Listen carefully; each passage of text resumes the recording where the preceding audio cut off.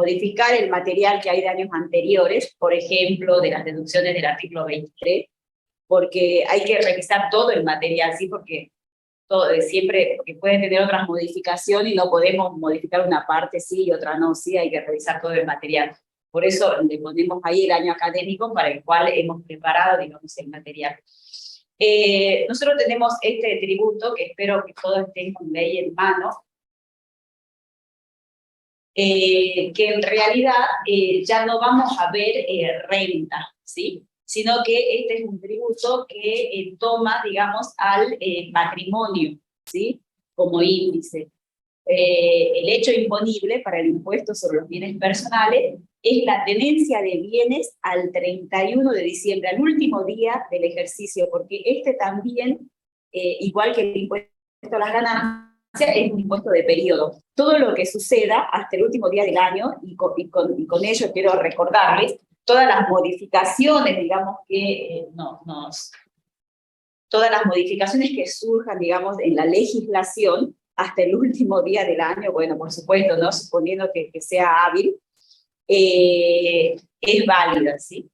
¿Y a qué voy con esto? A que hay hubieron casos recientemente, fue en el año anterior, donde, por ejemplo, digamos, nos cambiaron los tratamientos fiscales de los plazos fijos a último momento, ¿sí? Y después, bueno, había que estar ahí viendo a ver cuándo se publicó la norma, cuándo era la vigencia, porque estaban ahí en el filo, y algunas cosas salieron bien y otras cosas salieron mal, ¿sí? Porque siempre las modificaciones se apuran a hacerlas, porque saben que pasado esta fecha ya no corren para el periodo fiscal que estamos, digamos, dejando. Por ello es que este impuesto del hecho imponible es la tenencia de bienes, es una fotografía que se saca a todo lo que el contribuyente tiene al 31 de diciembre. Sacamos una foto allí, lo que pasó antes o lo que pasó después, no importa, es lo que pasó, lo que tiene al 31 de diciembre, es medir la riqueza del contribuyente al 31 de diciembre. ¿Quiénes son los sujetos? Y los sujetos son clásicamente las personas físicas y sucesiones indivisas, ¿sí? Fíjense en que nosotros acá dividimos un poco los sujetos. ¿Por qué? Porque las personas físicas y sucesiones indivisas lo son por los bienes situados en el país, pero también por los bienes situados en el exterior.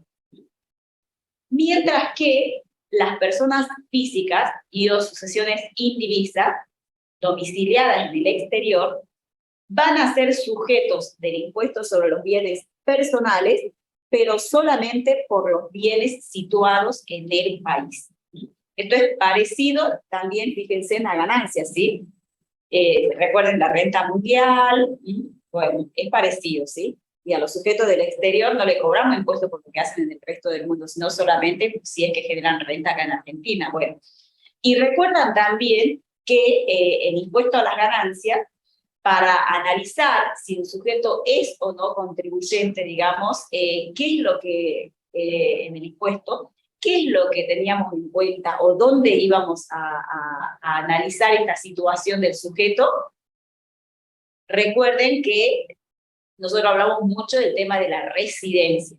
La residencia para ser contribuyente, ¿recuerdan? Bueno, todas esas diversas formas, digamos, en que se considera el contribuyente residente, que de última recuerdan que analizamos la residencia fiscal, ¿sí?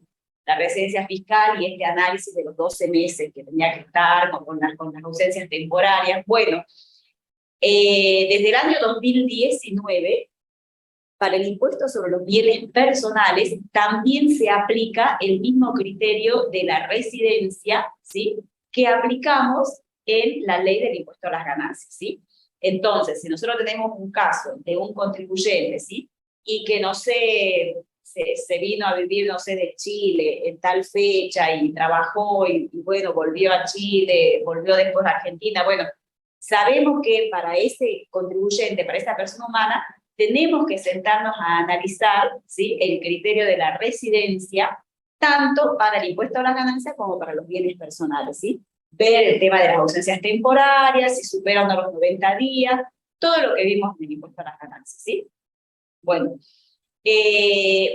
Les digo esto porque en el texto legal, si bien sigue con la misma terminología que dice personas físicas y instituciones en divisa domiciliadas, dice, pero no aplicamos el criterio del domicilio, aplicamos el criterio de la residencia por lo que tenemos acá, ¿sí? Por esta modificación de, fíjense la modificación que nos trajo el 23 de diciembre, ¿sí? Un día antes del brindis de Nochebuena. ¿Sí?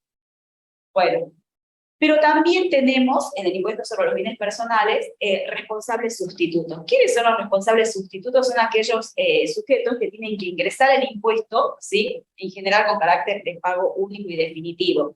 No son los contribuyentes, ¿sí? Son terceros ajenos al hecho imponible. ¿Y cuál es el hecho imponible? La tenencia de bienes. O sea que los responsables sustitutos no son los tenedores de bienes, ¿sí? Pero por una u otra situación, igual este tema lo vamos a ver, digamos, en detalle al final de la clase, ¿sí? Son responsables sustitutos también por este impuesto. Tenemos, digamos, dos casos de responsabilidad sustitutiva. Con respecto al texto, ustedes ya vimos el impuesto a las ganancias, entonces ya tienen, digamos, la práctica esa de que siempre, si bien el impuesto a las ganancias, ¿qué artículos analizábamos? Aquellos artículos que nos definían la renta, ¿sí? Primera, el artículo 2, por supuesto, 1, 2, después siempre los artículos de primera, segunda, tercera y cuarta. Bueno, acá, como justamente el hecho imponible es la tenencia de bienes, la base imponible es la medición, ¿sí? Es la medición o la cuantificación, digamos, de esos bienes, la evaluación de esos bienes. Entonces, acá tenemos que siempre enfocarnos o ir a los artículos que me dan los criterios de evaluación, ¿sí? Así como en ganancias nos íbamos al artículo que nos definía renta, acá nos vamos a ir a los artículos que nos dan los criterios de evaluación. Y tenemos, en este caso, dos artículos. El texto es corto, el texto de IBP es corto, ¿sí? Tenemos dos artículos. El artículo 22, que nos da los criterios de evaluación para bienes situados en el país, y el artículo 23, que nos da los criterios de evaluación para bienes situados en el exterior, que ese artículo 23 es re fácil, cortito, junta todos los bienes prácticamente y nos da muy reducidos los criterios para aplicar, ¿sí? Y siempre también hemos dicho, en todas normas tributarias, ¿sí? Nosotros, si bien tenemos, digamos, aquellos artículos que tenemos que analizarlo, porque nos indica, digamos, cuando, digamos, el tema de la cuantificación, digamos, de ese hecho imponible, pero también siempre tenemos los artículos de exenciones, porque siempre dijimos, ¿no? Para que algo esté exento, previamente tuvo que estar grabado. Entonces, siempre tenemos el artículo de exenciones. Las exenciones no las vamos a ver hoy, las van a ver solitos, porque no son, digamos, muchos incisos y no es para nada complicado, sí son pocos los casos de exenciones. Vamos a hacer sin mención, digamos, a únicamente las que más usamos, ¿sí? Que es los plazos fijos, caja de ahorro, esas cuestiones, ¿sí? Cuando llegue el rubro Y vamos a comenzar. Los rubros más complicados, digamos, en cuanto a evaluación, uno de ellos es la evaluación de inmuebles, ¿sí? Y esto también les sirve para ir, digamos, también aprendiendo o ratificando los conocimientos que traen en el impuesto a las ganancias. Porque ustedes saben que el impuesto a las ganancias no solamente todo era determinación de renta neta, ¿sí?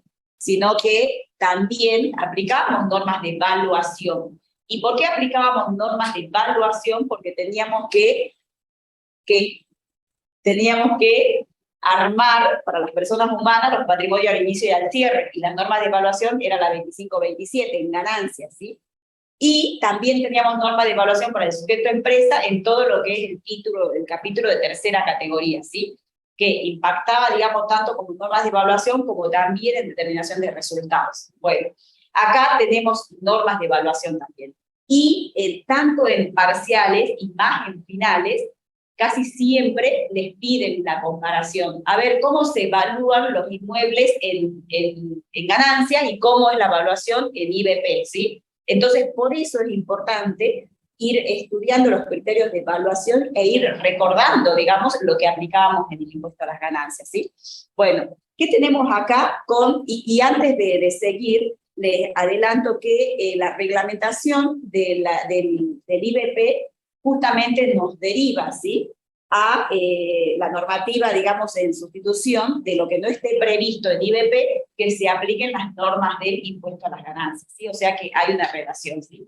Bueno, ¿qué nos dice? ¿Qué tenemos para los bienes inmuebles? En el artículo 22, inciso A.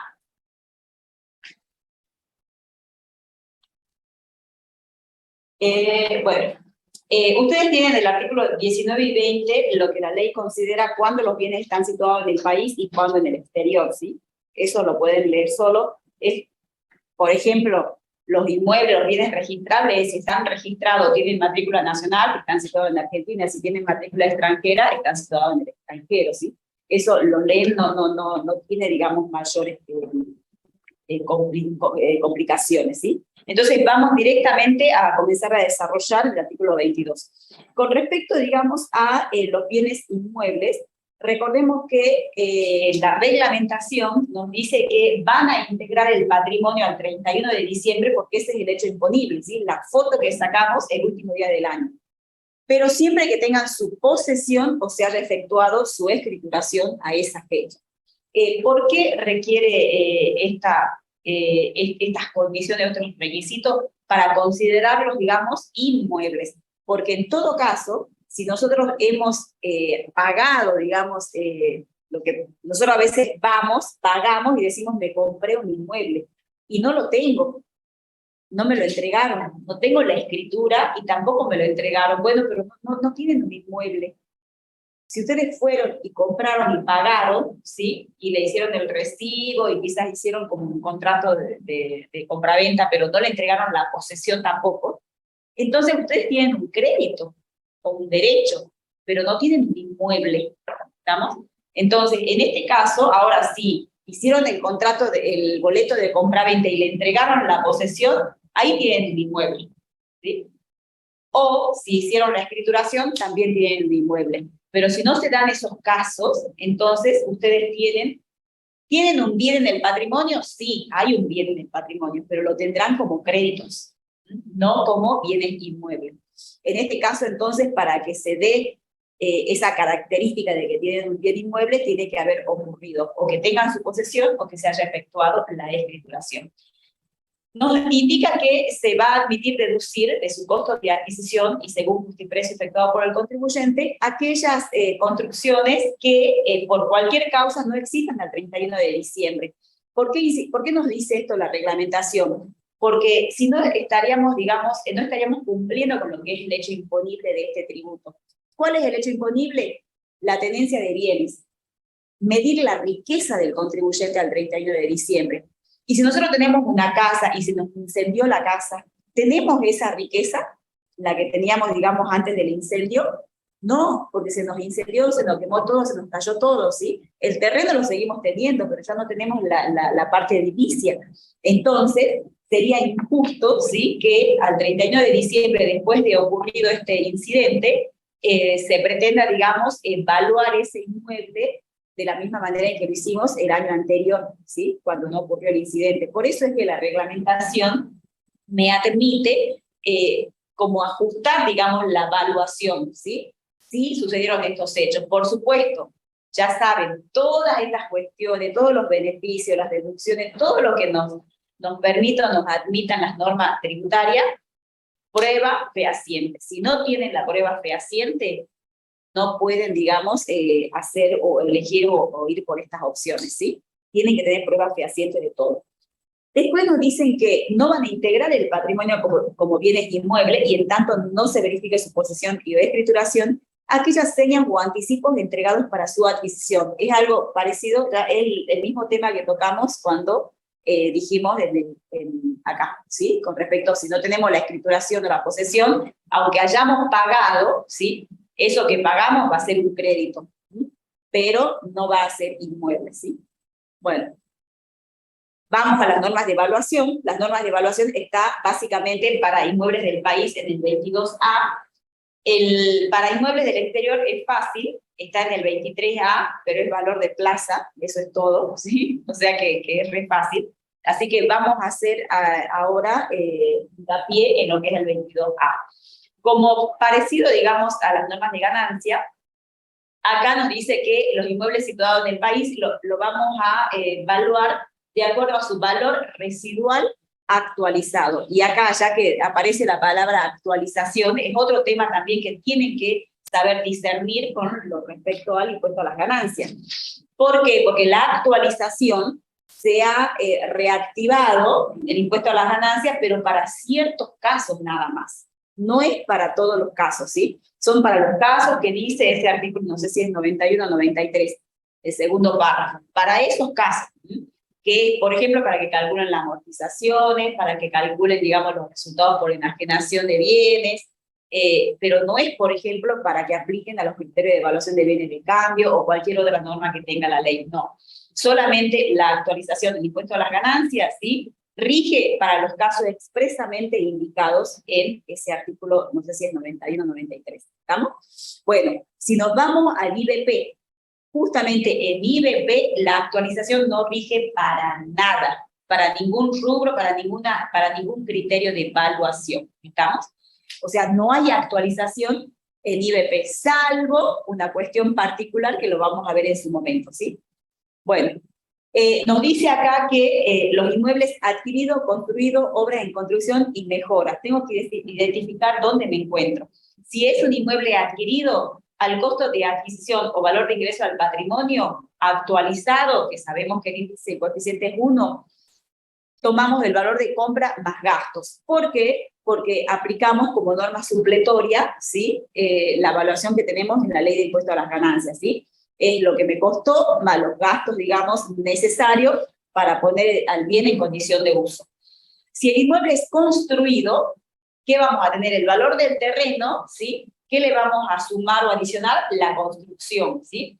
¿Y cómo determinamos el valor de la construcción? Actualizando cada inversión que hacemos, desde la fecha en que invertimos hasta la fecha de finalización de la construcción. Esto es una construcción que ya está terminada, finalizada. Esos son inmuebles construidos. No lo vemos muy bien acá, pero el día, digamos, que se active la actualización para todos, allí sí, esto, digamos, va a tomar mucha relevancia, ¿sí? Por eso tenemos que aprender, digamos, cuál es el criterio de evaluación en detalle. Por ejemplo, si una obra, les dije, en el apartado 2 son los inmuebles construidos, o sea, cuando la obra está finalizada. Pero en el apartado 3, nosotros tenemos la obra en construcción. Aquí no está finalizada la obra. Entonces, ¿qué hacemos? Vamos actualizando, digamos, cada una de las sumas invertidas. ¿Y hasta cuándo actualizamos? Y hasta el cierre, porque la obra está en construcción, pero nosotros tenemos que medir la riqueza al cierre, ¿sí? Del ejercicio que estamos liquidando. Entonces, actualizamos hasta el cierre, pero es obra en construcción. Las mejoras, ¿sí? Las mejoras, y también tenemos que aplicar las normas que dijimos arriba, ¿sí? Actualizando las inversiones que hemos realizado hasta que la mejora quede finalizada, ¿sí? Cuando hablamos de mejora, también tienen que recordar, ¿sí? Porque en la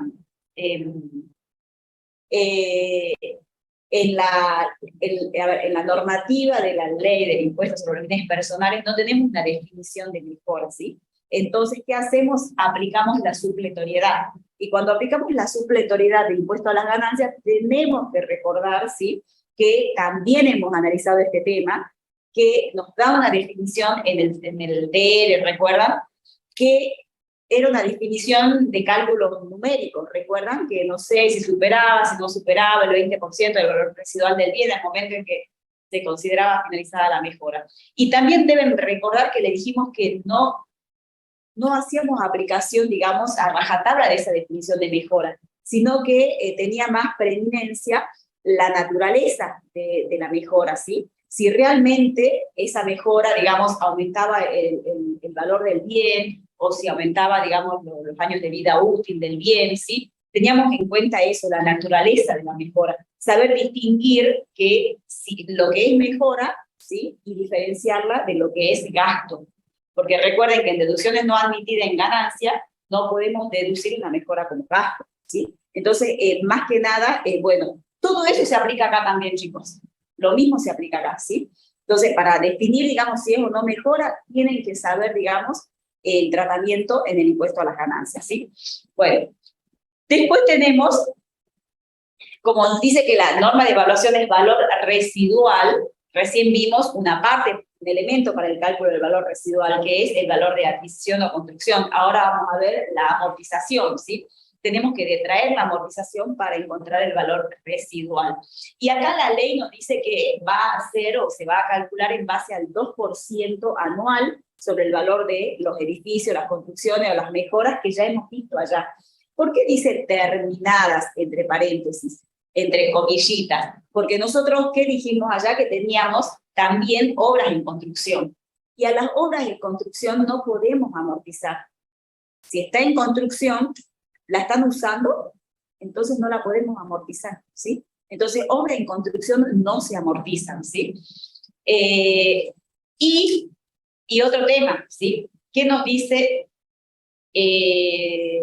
la norma esta del artículo 22, ¿sí? Que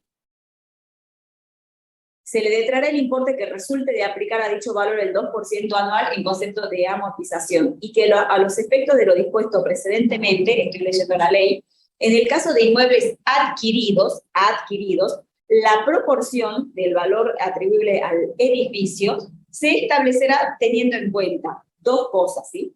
La relación existente entre el valor de dichos conceptos y el de la tierra, según el avalúo fiscal a la fecha de adquisición, ¿sí? O la segunda opción es que el contribuyente justiprecie la parte, digamos, del valor del costo, ¿sí? Que le corresponde a cada uno de los conceptos mencionados. Entonces, ¿a qué voy? Que cuando se trate de inmuebles adquiridos nada más, ustedes tienen que hacer esto, adquiridos con edificio, ¿no? Con construcción. Por ejemplo, si ustedes compran un terreno y realizan la construcción, ¿sí? No pueden aplicar esta norma, no podrían aplicar esta norma, ¿sí? Porque ¿qué van a prorratear? ¿Qué van a, en función del valor fiscal? Si ustedes saben cuánto pagaron por la tierra y ustedes saben que ese es el valor de adquisición, pero si bien ustedes compraron el terreno y conocen su valor de adquisición, ese valor de adquisición ustedes no pueden aplicar esto que nos dice acá. ¿Por qué? Porque no hay edificio. En ese valor de adquisición es 100% tierra, ¿sí? Y después, cuando ustedes hagan la construcción, ustedes van a conocer el valor de construcción, porque ustedes lo están construyendo. ¿Sí? Entonces, esto de que tienen que aplicar, digamos, esto del avalúo fiscal vigente a la fecha de adquisición o justipreciar, es solamente para aquellos inmuebles que son adquiridos con construcción, ¿estamos? Porque ahí sí es verdad, ustedes compran el inmueble, pero ustedes no saben cuál es el costo de construcción de ese inmueble.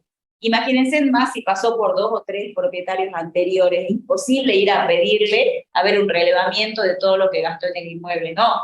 Entonces, ustedes como nuevo dueño, digamos, del inmueble, como no conocen, digamos, entonces lo que la ley nos dice, miren, tienen estas dos alternativas para que calculen el valor de la parte edilicia. ¿Por qué? Porque necesitamos amortizar. ¿Sí? Entonces, y otro tema, cuando acá habla, en la primera alternativa del avalúo fiscal, es la evaluación fiscal, pero a la fecha en que ustedes están adquiriendo el inmueble, ¿sí? Y esto quiero que lo tengan en claro. ¿Por qué? Porque después va a aparecer otro avalúo fiscal, que es a la fecha en que termina el año fiscal, ¿sí? Que son dos cosas distintas, ¿sí?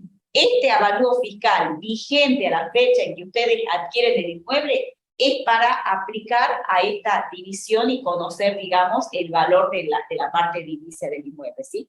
No pueden buscar el valor de la parte edilicia del inmueble aplicando un valor fiscal al año en que están haciendo la liquidación.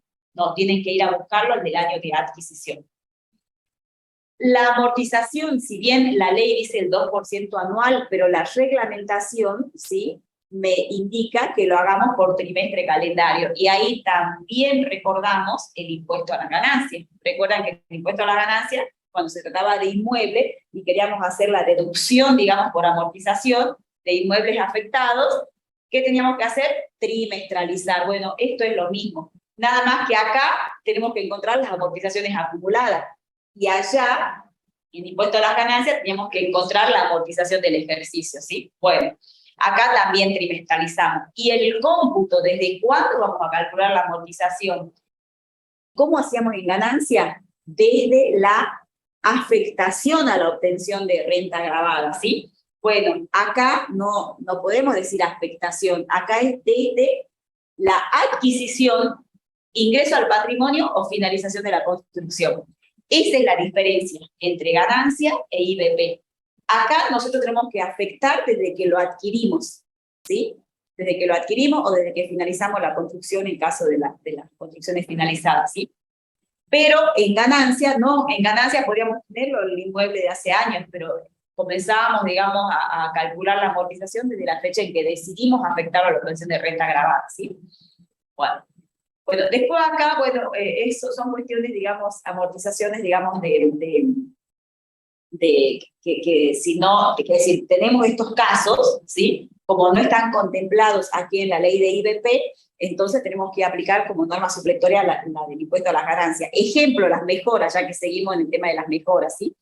¿Qué me dice las mejoras? La reglamentación del IBP, que a las mejoras que son dependientes del inmueble principal, la amortizamos considerando los 200 trimestres de vida útil, que son los 50 años. No, teníamos que considerar lo que le resta de vida útil al inmueble principal, ¿sí? Bueno, lo mismo aplicamos para IBP, ¿sí?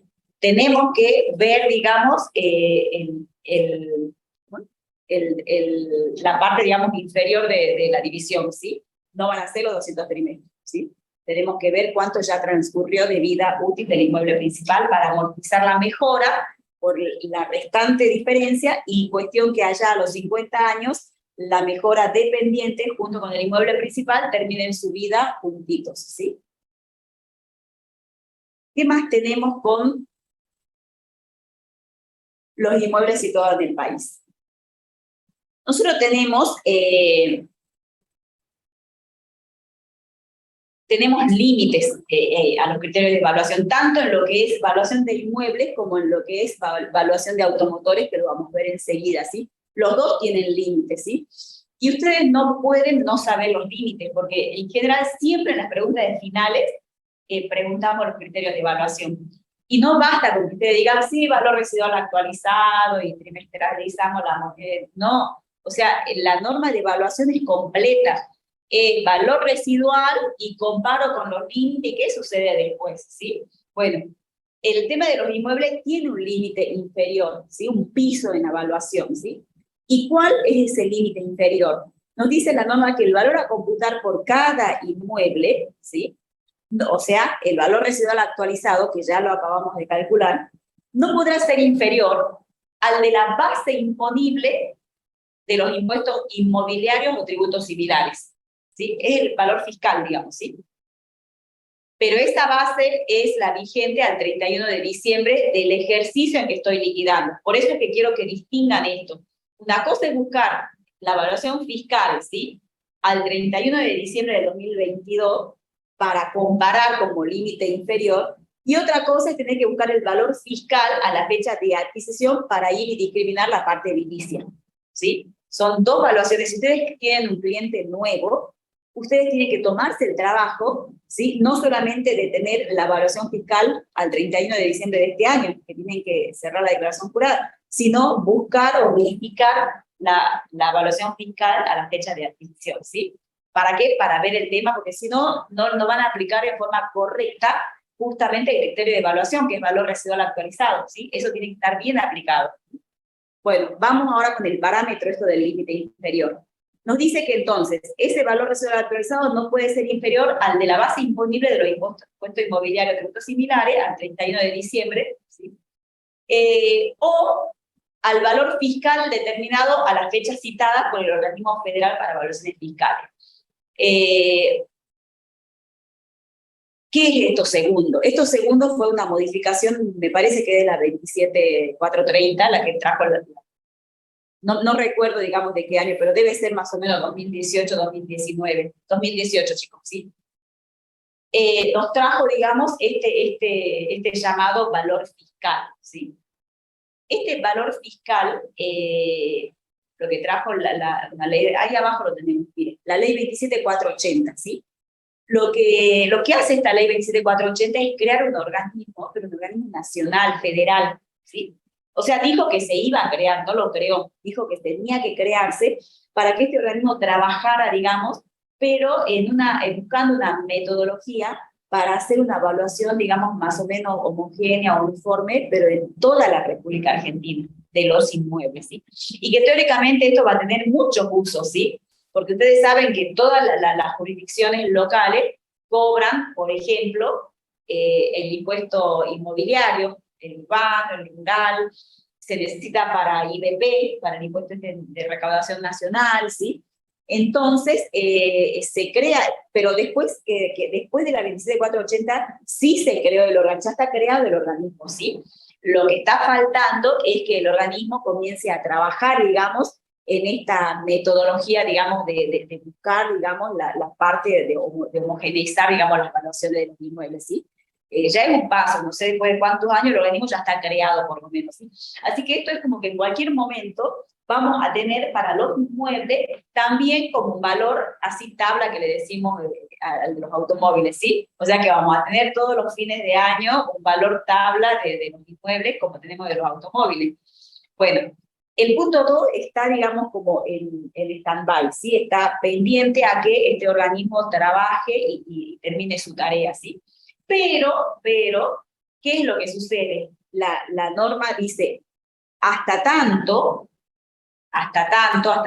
este organismo se crea y realice la tarea que tiene que hacer, a partir del periodo 2018, o sea que viene de la reforma de diciembre del 17, chicos, y siguientes, el valor del impuesto inmobiliario al 31 de diciembre del 2017 será actualizado por el IPC, ¿sí?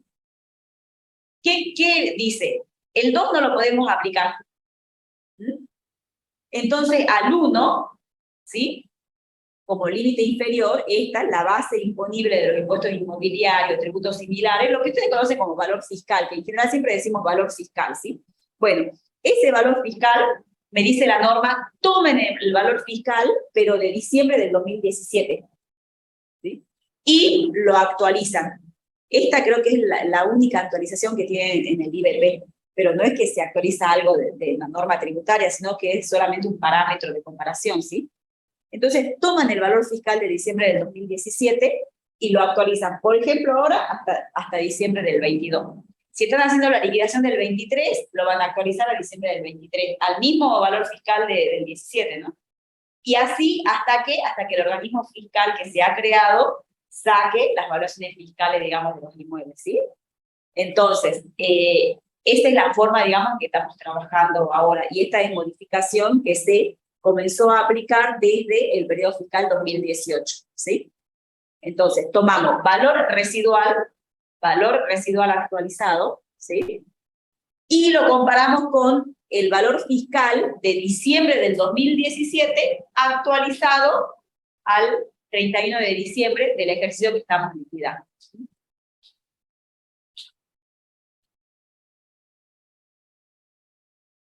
Este es un límite inferior, entonces, ¿no? Vamos a un límite superior. Y esto está en la reglamentación, ¿sí? ¿Qué es lo que nos dice la reglamentación? Cuando el valor determinado de conformidad a la norma legal resulte, o sea, valor residual actualizado, resulte superior al valor de plaza al 31 de diciembre, podrá asignarse dicho valor de plaza. O sea, si quieren, lo pongamos en la mesa, ese inmueble que se incendió, ¿sí? Cuando nosotros aplicamos los criterios de evaluación a ese inmueble, digamos, que se incendió, pero no se cayó todo, hay todavía algunas paredes, ¿sí? Pero en realidad está todo deteriorado, ¿sí? Entonces, ponemos en la mesa las normas de valor residual actualizado de ese inmueble, pero resulta que nos da X monto, ¿sí? Y si nosotros hacemos cotizar por una inmobiliaria, por lo que tuvo este incidente y están todas las paredes manchadas, quizás el techo no sé de qué era, pero todo quemado, y el inmueble, digamos, tiene un valor de plaza inferior al valor residual actualizado, ¿sí? Entonces, me dice, la reglamentación me permite que ejerciendo esta opción, ¿sí? Que ejerciendo esta opción, puedo dejar ese inmueble, ¿sí? Con el criterio de evaluación a valor de plaza, que vendría a ser el precio que se obtendría en el mercado en caso de venta del bien que se evalúa, me define, lo puse la definición aquí, ¿sí? Entonces, fíjense en que siempre prueba fehaciente. En este caso, o sea, ¿cuál sería la prueba? Y quizás tampoco es de ir y conseguir una sola, digamos, cotización, certificación o tasación de un matriculado, ¿no? Inmobiliario, sino que para asegurarse hasta debieran, digamos, contratar 2 tasaciones de matriculados inmobiliarios, ¿sí? Para, digamos, asegurarse, digamos, respecto a esta norma de evaluación. Porque recuerden que es un beneficio, no es un beneficio porque es el hecho imponible, es medir la riqueza del contribuyente al 31 de diciembre. En realidad la riqueza es esa, lo que dicen las tasaciones, ¿sí? Pero bueno, siempre es bueno tener la prueba fehaciente y lo que abunda no dañe. Entonces, ¿dónde estamos? Sí. Tenemos otras cuestiones acá. Ya nos fuimos de los criterios de evaluación, ¿no? Nos fuimos de los criterios de evaluación.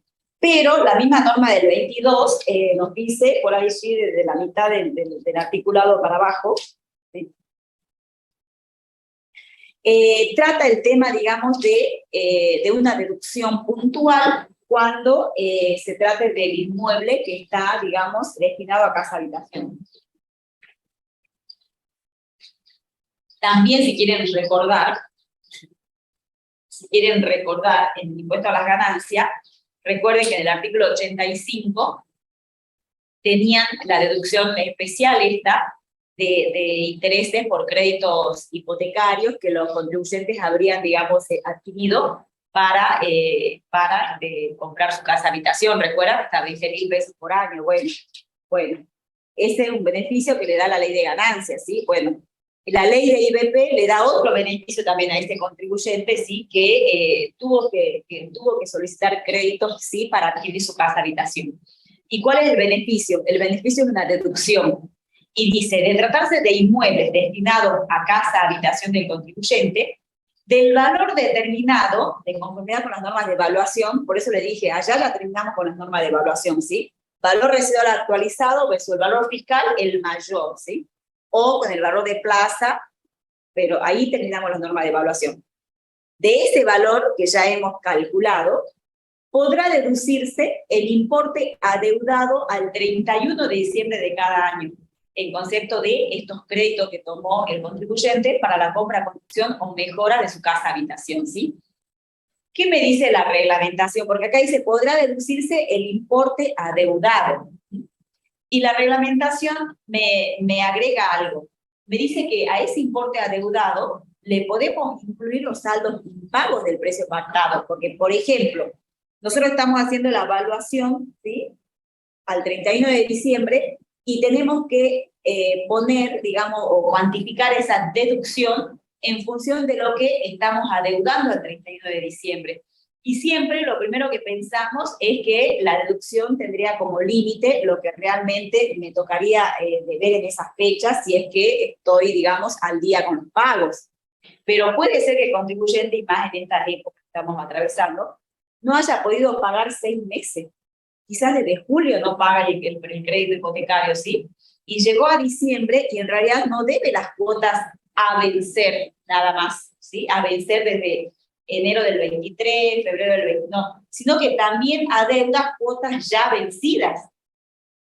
Entonces, lo que hace la reglamentación es, me dice, eso que usted ya tiene vencido, también pueden meterlos, digamos, o considerarlos como deducción, ¿sí? O sea que cuando medimos, digamos, o cuantificamos esta deducción, no nos olvidemos, no solamente van a entrar las cuotas a vencer después del 31 de diciembre, sino que pueden entrar también las cuotas vencidas, las adeudadas, las vencidas y que no las pudo pagar el contribuyente. Otra cuestión, y eso sí no nos animamos a decirlo, a trabajarlo de esa forma, es el tema de los intereses, ¿sí? Los intereses, porque vieron que los préstamos no son gratuitos, pero tampoco cuando una vez que venció, digamos, la cuota, no nos cobran solamente resarcitorios, en general cobran punitorios, que son más caros. Bueno, consideramos, o la cátedra considera, que dentro del concepto de deducción solamente va la deuda capital, ¿sí? No los intereses que podrían generarse por las cuotas vencidas, ¿sí? Vamos al punto siguiente. Profesora. Vamos, sí. O sea que en la deducción entra solamente el capital y no los intereses de financiación, o también ¿Cómo? en la deducción entra la deuda por el capital y no por los intereses de financiación, o también.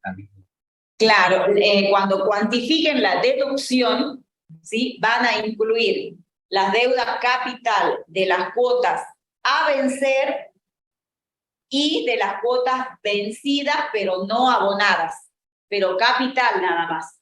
No van a considerar los intereses. Intereses de financiación no entra. No, ninguno. Ni punitorio, ni nada. Para la deducción, ¿no? Para la deducción. Sí, sí, gracias.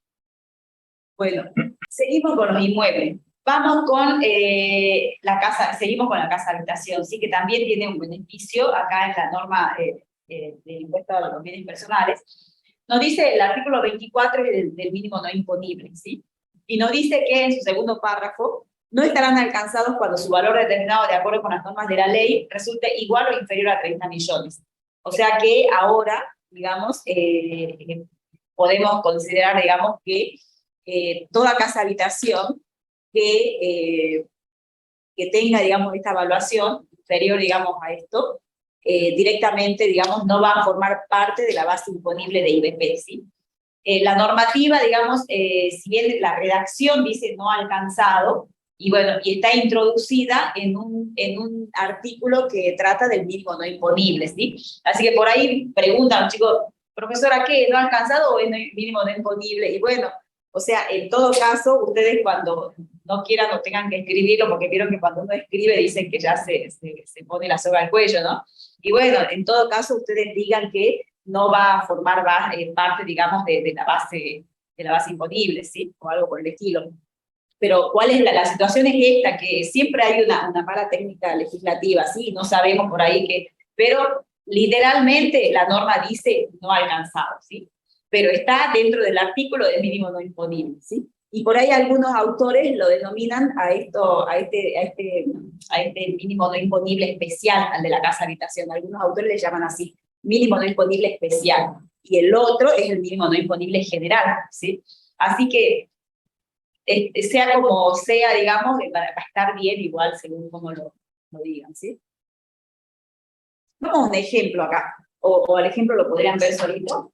Bueno, vamos rapidito. Tenemos una casa habitación adquirida con crédito hipotecario. Otro tema que quería también aclarar, ¿sí? La redacción de la ley del impuesto a las ganancias es la que exige el crédito hipotecario para deducir los intereses estos de 20.000 pesos cuando son destinados para adquirir o construir su casa habitación, ¿sí? Pero la redacción del impuesto sobre los bienes personales dice créditos otorgados, no exige que sean créditos hipotecarios, ¿sí? También tengan en cuenta eso, ¿sí? Para deducir en ganancias, sí tiene que ser hipotecario, para deducir los intereses en ganancias. Para aplicar la deducción, para atenuar la evaluación en IBP, no tienen que ser hipotecarios. O sea, puede ser un préstamo incluso que hemos firmado un contrato de mutuo por mi tío, me prestó mi padre, sí, por supuesto, documentación fehaciente, ¿no? Bueno. Entonces tenemos la casa habitación que hemos adquirido en enero del X0 a 500.000, el valor fiscal a esa fecha, ¿por qué? Porque he adquirido casa habitación, terreno y construcción, ¿sí? Entonces, le hice fácil acá, 30%, 30.000, 70, esto dice la evaluación fiscal, ¿sí? Los 100.000, ¿ah? Y ahora tenemos que hacer la evaluación de esta casa habitación a 31 de diciembre del X1, o sea, ya pasó, digamos, todo el X0 y ahora pasó todo el X1, ¿sí? El capital adeudado por el crédito obtenido, correspondiente a cuotas no vencidas, era de 200.000 pesos, o sea, lo que se vencía a partir del 1 de enero del X2. Pero mantenía un retraso de los pagos de 2 cuotas vencidas, ascendiendo el capital adeudado en total con las 2 cuotas vencidas a 204.000 pesos. O sea, supongamos que debía la cuota de noviembre y diciembre, ¿sí? Nos da acá datos de la evaluación fiscal o base imponible de impuesto inmobiliario. Ya le estoy dando actualizado al 31 de diciembre del X1, ya está actualizado, ¿sí? 168.000 pesos. Y el valor de plaza, 650. Entonces, si vamos a aplicar las normas de evaluación, que acá todo escrito junto parece fácil, lo que tenemos que hacer es, vemos, cuánto es la porción edilicia, porque es lo que tenemos que amortizar, ¿sí? Entonces le aplicamos el 70%, luego a ese 70%, que son los 350, tenemos que calcular, pero tenemos que calcular las amortizaciones acumuladas, esto es lo que se diferencia de ganancias, ¿sí? Acá, ¿cuántos son las acumuladas? ¿Cuántos trimestres transcurrieron? 8, porque transcurrió todo el X0 y transcurrió todo el X1, y ahora estamos evaluando al 31 de diciembre del X1. Entonces transcurrieron 4 trimestres del X0 y 4 trimestres del X1, ¿sí? Así es, ¿no? Sí, 4 trimestres, sí. Bueno, de los 200 trimestres, ¿sí? Entonces, acá los 14.000 pesos no es amortización del ejercicio, es amortización acumulada desde la fecha de adquisición, ¿sí? Entonces, el valor de adquisición menos la amortización acumulada nos da el valor residual actualizado de 486.000 pesos. Recuerden que no hay la actualización del coeficiente es 1. ¿Qué tenemos que hacer? Compararlo con el límite inferior. ¿Cuál es el límite inferior? Nos dice la norma esta de transición hasta que el organismo trabaje con la elaboración de los valores tabla, que nos dice que tomemos el valor fiscal al 31 de diciembre del 2017 y lo actualicemos al año en que estamos liquidando, ¿sí? Que en este caso ya se lo había actualizado, son 168.000 pesos. De los dos tomamos el mayor. ¿Cuál es el mayor? El residual actualizado, ¿sí? Bueno, después nos dice como dato que el valor de plaza es 650. El tema del valor de plaza, lo que me da la reglamentación es la opción de tomarlo, pero cuando es inferior a las normas de evaluación anteriores, ¿sí? Pero como acá no es inferior, yo me quedo con los 486. ¿Estamos? Tomo el menor. Cuando comparo con el valor de plaza, tomo el menor, porque la reglamentación dice eso, ¿sí? Pero ¿qué pasa? Allí terminaron la aplicación de criterios de evaluación, pero acá, como se trata de la casa habitación, nosotros tenemos una deducción, tenemos algo para atenuar esa base, esa cuantificación, los 486.000 pesos.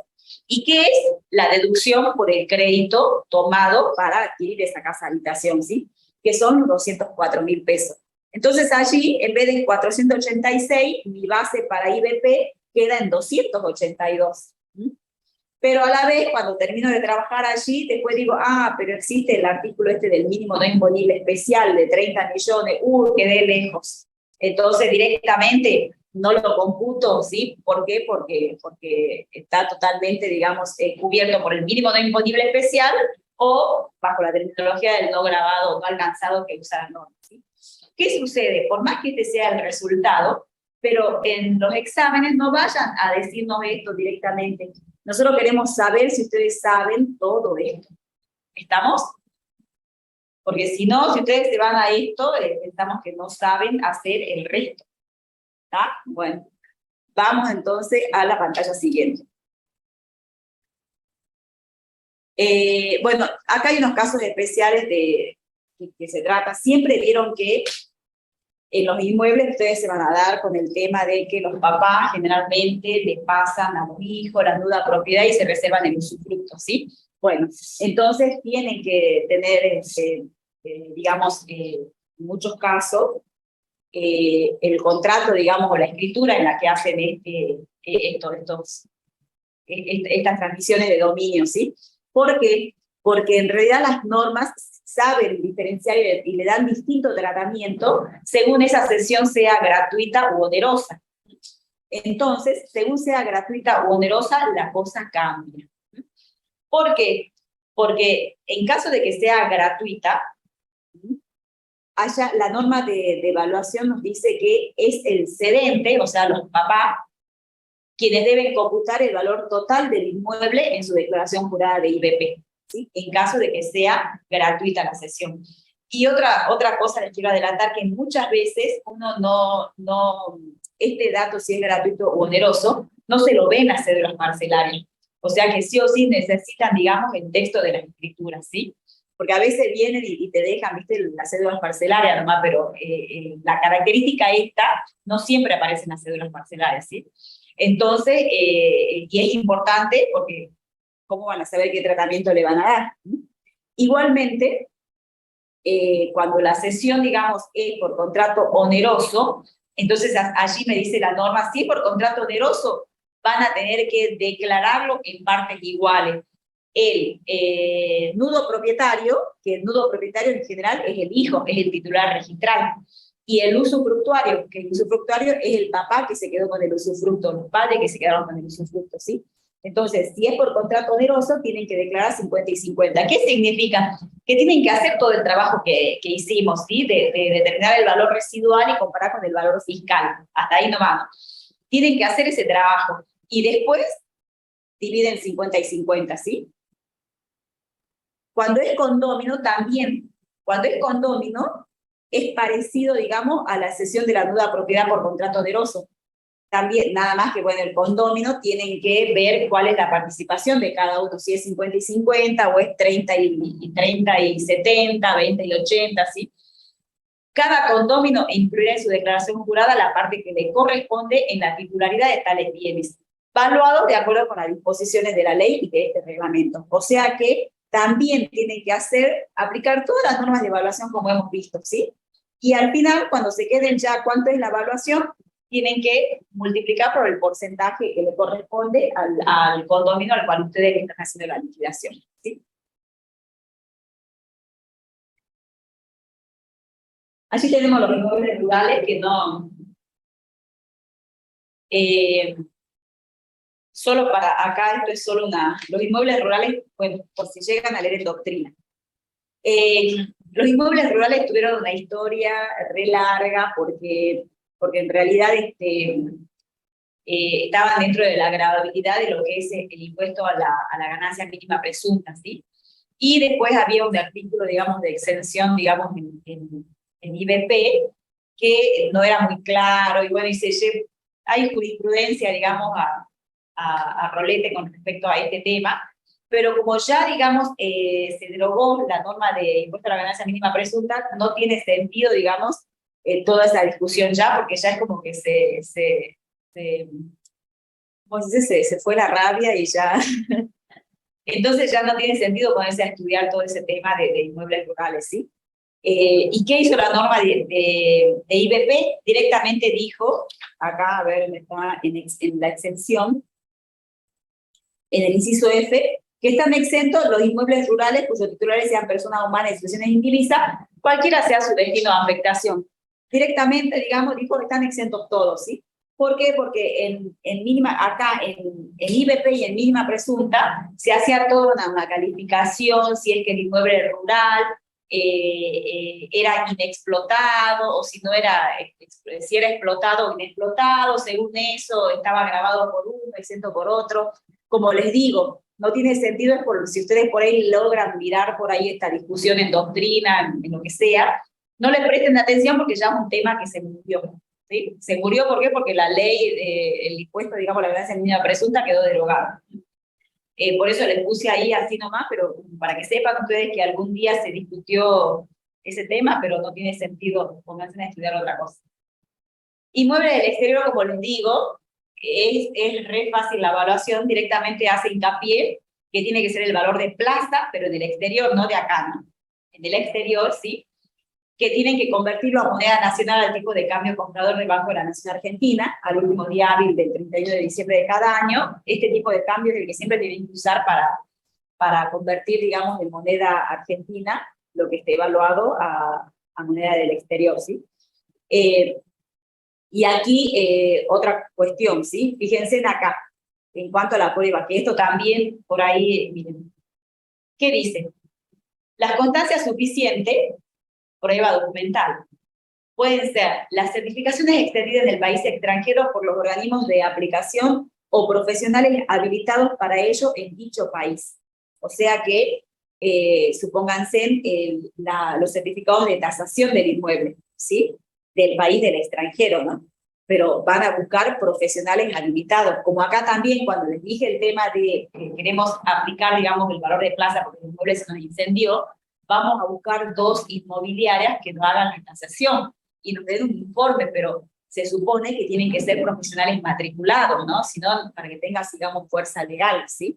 Bueno, acá también le hace hincapié en lo mismo, ¿sí? No es que le vamos a dar cualquier valor de plaza a los inmuebles del exterior. Che, ¿cuánto pensás que está? No, o sea, tenemos que ir un poco más allá, buscar la prueba documental, prueba fehaciente, que sea también emitida un informe, digamos, por profesionales del rubro, ¿sí?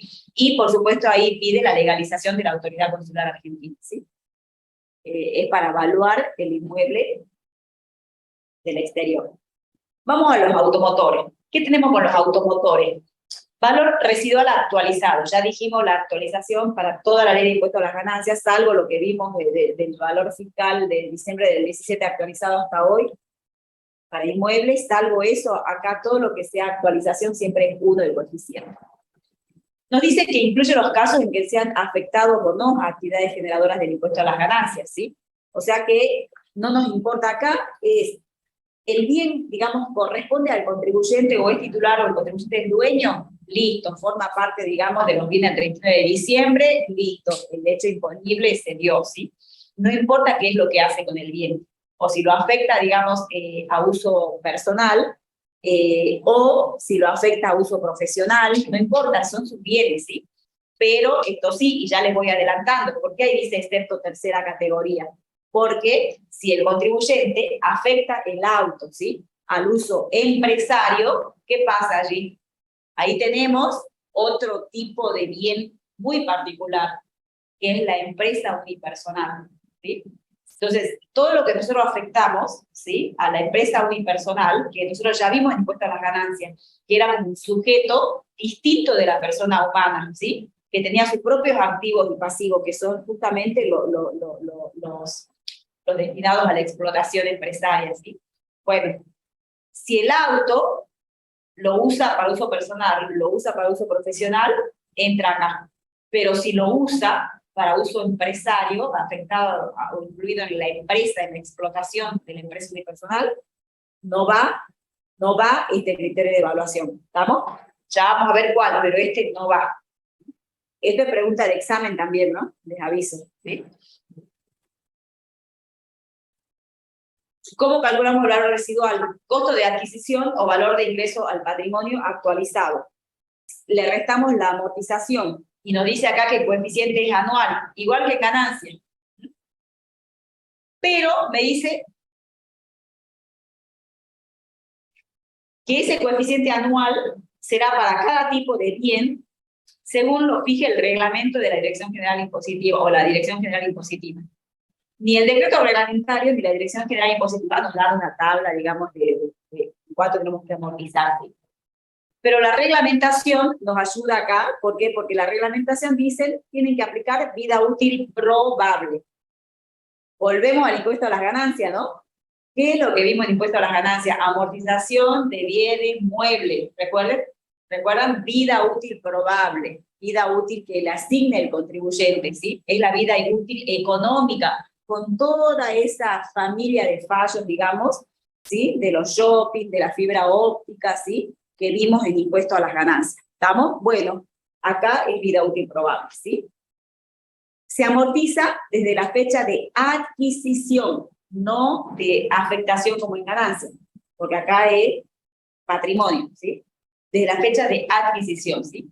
Y su cómputo es anual, prescindiendo de la fecha del efectivo ingreso al patrimonio. O sea, si ingresó el 30 de diciembre y voy a amortizar un año. ¿Estamos?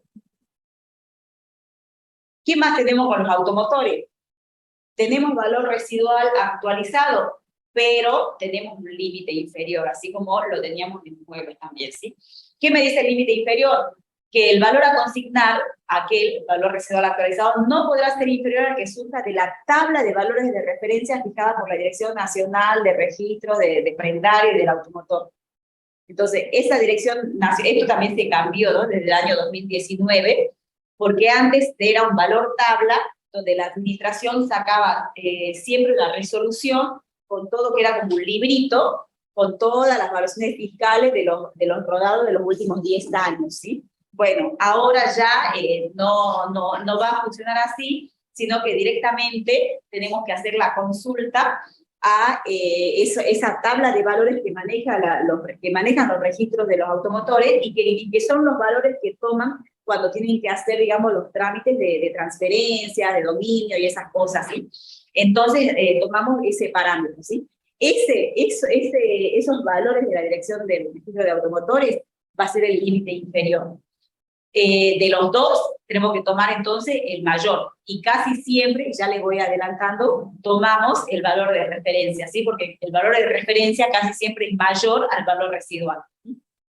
Respecto a esta comparación, el artículo 18 del DERE establece que, tratándose de automotores, será aplicado lo dispuesto en el segundo párrafo del inciso B, o sea, la comparación con el famoso valor tabla, exclusivamente durante la vida útil de dichos bienes, porque si nosotros le damos una vida útil probable de 5 años, como hacemos con los automóviles y automotores en general, ¿qué sucede?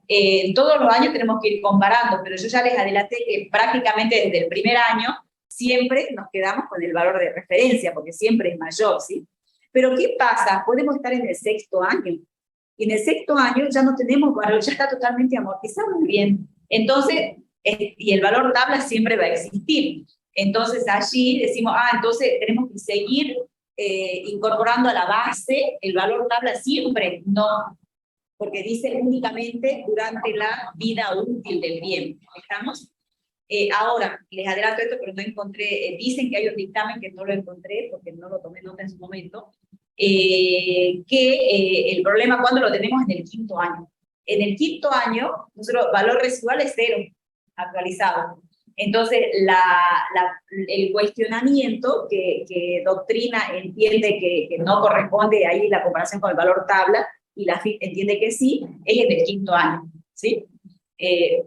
Venimos comparando todos los años, primero, segundo, tercero, cuarto, ¿sí? Y el 5º año es el que está ahí en discusión, ¿sí? AFIP dice que sí corresponde comparar en el 5º año, ¿sí? Y hay doctrina que dice que no corresponde, ¿está? Pero en el 6º año ni se nos ocurra comparar ya directamente, como que ese bien lo declaramos, pero no lo declaramos, pero porque siempre se declaran todos los bienes, otro tema, ¿no? Hay que declarar todos los bienes, ¿sí? Nada más que hay que indicar que está totalmente amortizado, ¿sí? Bueno, pasamos al punto siguiente. ¿Profe? Sí. Entonces, en este caso, para declararlo en el 6º año, ¿se lo hace por valor 0? ¿O sí. No, hay un valor, no es valor 0, sino que, sí, valor, se pone 0, pero decís que está totalmente amortizado. Esa es de acuerdo al artículo 18 del DR, ese es tu respaldo normativo. Gracias. Bueno, sigamos con los depósitos y créditos de moneda extranjera y la existencia de la misma, el artículo 23, inciso C, y tenemos el D, ¿está? Los dos es lo mismo, nada más que el C me trata de estos conceptos, pero en moneda extranjera. Este color no se ve bien, ¿no? Muy oscuro, ¿no? Bueno, después lo cambio. Lo cambio antes de subirlo si quieren. Y el inciso D se trata de estos mismos conceptos de depósitos y créditos, o la existencia también de esos conceptos, pero en moneda nacional, ¿sí? Supongamos lo de arriba en dólares, en euros, y lo de abajo en pesos argentinos. Entonces, todos estos conceptos, cuando dice depósito, es, no sé, el dinero que tienen en cuenta corriente, en cajas de ahorro, en plazos fijos, ¿no?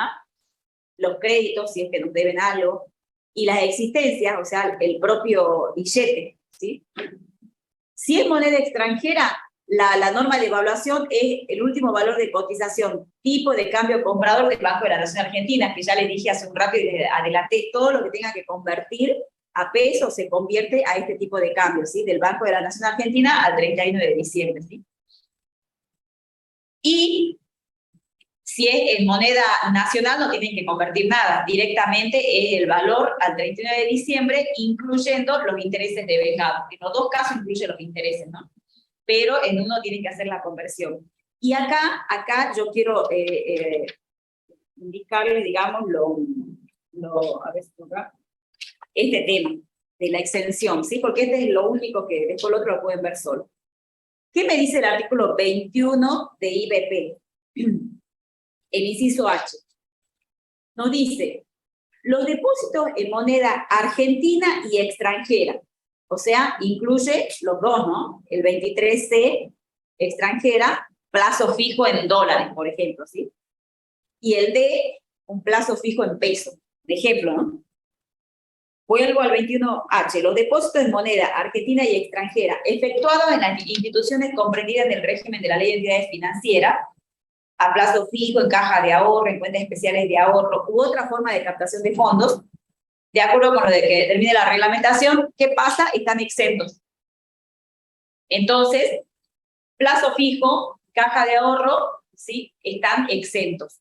¿Estamos? Pero, cuando dice allí la norma, o en otra forma de captación de fondos, ahí pongan ver artículo 34 del DR, porque el 34 del DR, que dice que esa otra forma de captación de fondos no incluye la cuenta corriente.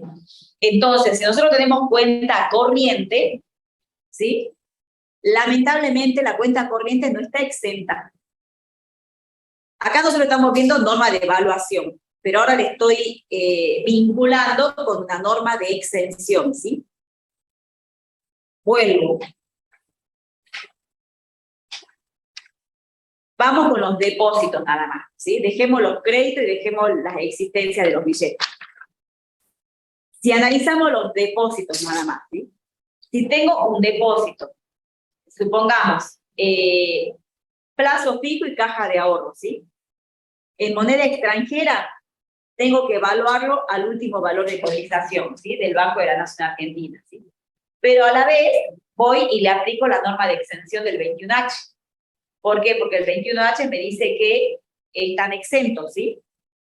Los depósitos a plazo fijo, en caja de ahorro y en cualquier otra cuenta especial de ahorro, menos en la cuenta corriente. ¿Está? Me voy ahora a los depósitos en pesos, en moneda nacional. Cuando digo depósito, también puede ser plazo fijo, puede ser caja de ahorro u otras cuentas especiales de ahorro, ¿sí? Los valúo, incluyendo los intereses de vengado, al 31 de diciembre. Cuando es plazo fijo, tienen que ponerse a calcular, ¿no? Y proporcionar los intereses de vengado, ¿no?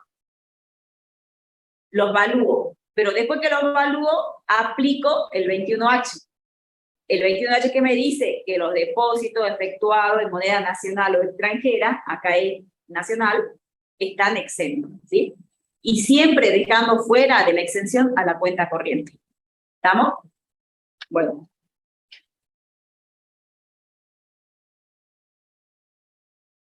Y esto, después véanlo con ganancia, ¿no? ¿Está? Porque en ganancia, bueno, justamente este fue un tema que de teje y maneje, que también por ahí grabaron, después lo eximieron, después... Primero, en impuesto a las ganancias se llevó, por ejemplo, estos conceptos de colocaciones a plazo fijo y demás. Primero lo llevaron a impuesto celular, ¿sí? Desde el 17, el 18 fue impuesto celular, ¿sí? Y grabado todo, se grabó todo. El año siguiente, ahí hubo una mala técnica legislativa que no sé qué hicieron, quisieron, digamos, eximirlo, ¿sí? Y quisieron eximir para el futuro, y como se redactó la norma, terminaron eximiendo para atrás, ¿sí? Y después directamente al otro año eliminaron el impuesto celular para estos conceptos, ¿sí? Entonces que quedó en la declaración en conjunto y arreglaron el tema de las exenciones, ¿sí? Así que eso véanlo, pero el impuesto a las ganancias, el interés por colocaciones En moneda extranjera creo que está grabado. ¿Sí? Bueno, véanlo ustedes, ¿ah? En el artículo de exenciones, para que no perdamos tiempo. ¿Sí? Pero cuando es moneda extranjera, el plazo fijo está grabado el impuesto a las ganancias, ¿sí? Y el otro está exento. En peso está exento, ¿sí? Bueno, véanlo y háganse su machetito, qué sé yo. ¿Qué otro rubro tenemos acá? Obras, objetos de arte, objetos para colección y antigüedades, el 23E, otros bienes, el 23F, que eso es re fácil, valor de adquisición actualizado, ¿sí? No tiene, digamos, otra. Y vamos a otros bienes del hogar. Acá. Objetos personales y del hogar. ¿Qué es esto? Y esto es lo que tenemos en la casa, el juego de comedor, el juego de dormitorio, ¿sí? La cocina, la heladera, a eso se refiere, ¿sí? Objetos personales y del hogar. No las pinturas, suponte los objetos de arte, de colección de antigüedades están acá arriba, ¿no? Si es que tenemos en la casa eso, ¿sí? No, acá va lo que es de uso, no sé si quieren llamarle doméstico, ¿sí? Objetos personales y del hogar. En principio, a su valor de costo, vieron que casi todo es a valor de adquisición, ¿sí? Pero este valor de costo también tiene un piso en la evaluación. ¿Y cuál es el piso? Es una presunción, ¿sí? Donde nos dice que el valor a computar por este concepto no podrá ser inferior al 5% sobre la suma de bienes grabados en el país más los inmuebles del exterior. O sea que tienen que sumar esos dos conceptos. Todos los bienes grabados, no exentos, todos los bienes grabados del país, más solamente los inmuebles del exterior. Suman esas dos cosas y a eso le aplican el 5%. Y menos de eso no puede ser la evaluación de bienes personales del hogar, ¿sí? Casi nunca, chicos, tenemos el valor de costo. Yo les pregunto a ustedes, ¿ustedes saben cuál es el costo de lo que tienen en su casa? ¿Cuánto vale la heladera? ¿A cuánto compraron el juego de comedor, la cama, el dormitorio, la heladera, la cocina? Nadie sabe, bueno. Entonces, es raro que tengamos el valor de costo, ¿sí? Siempre tenemos que aplicar la presunción, en la mayoría de los casos.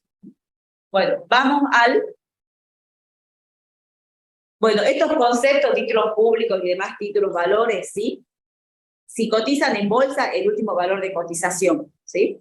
Y si no cotizan en bolsa, es al valor de costo, incrementado si es que hay intereses, actualizaciones, diferencia de cambio. Eso depende de cada título o valor que tengan, ¿sí?